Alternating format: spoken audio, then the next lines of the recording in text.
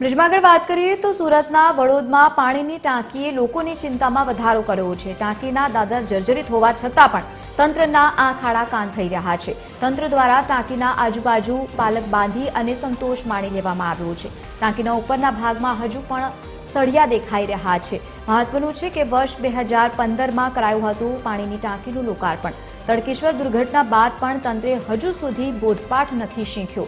બંધ પડેલી ટાંકી પણ તંત્ર ઉતારવા માટે આળસ ખાઈ રહ્યું છે।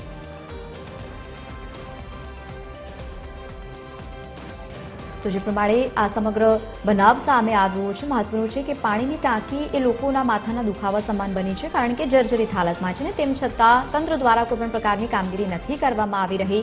ટાંકીના દાદર જર્જરિત હાલતમાં હોવા છતાં પણ કામગીરીનો અહીંયા અભાવ જોવા મળી રહ્યો છે। મહત્વનું છે કે તંત્ર દ્વારા ટાંકીના આજુબાજુ એ પાલક બાંધી અને સંતોષ માણી લેવામાં આવ્યો છે, પરંતુ જો કોઈ દુર્ઘટના સર્જાય તો જવાબદારી કોની? કારણ કે સળિયા એ સ્પષ્ટપણે દેખાઈ રહ્યા છે। વર્ષ 2015માં કરાયું હતું આ ટાંકીનું લોકાર્પણ, જે અત્યારે જર્જરિત હાલતમાં છે।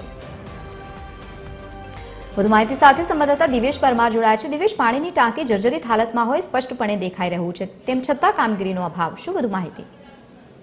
બિલકુલ, જે પ્રકારે આ પાણી ટાંકીનું લોકાર્પણ છે તે 2015માં કરવામાં આવ્યું હતું અને 2015માં લોકાર્પણ કર્યા બાદ હવે અત્યારે આ ટાંકી છે તે સંપૂર્ણપણે જર્જરિત જોવા મળેલી છે। કારણ કે જે પ્રકારે વડોદ ખાતે આવેલા ટાંકી છે તેમના પર અત્યારે હાલ અકસ્માતનું જોખમ એટલે તોડાઈ રહ્યું છે કે પાણી છે તે સદંતર દાદર સહિતનું આસપાસનો જે વિસ્તાર છે તે જર્જરિત જોવા મળી રહ્યું છે।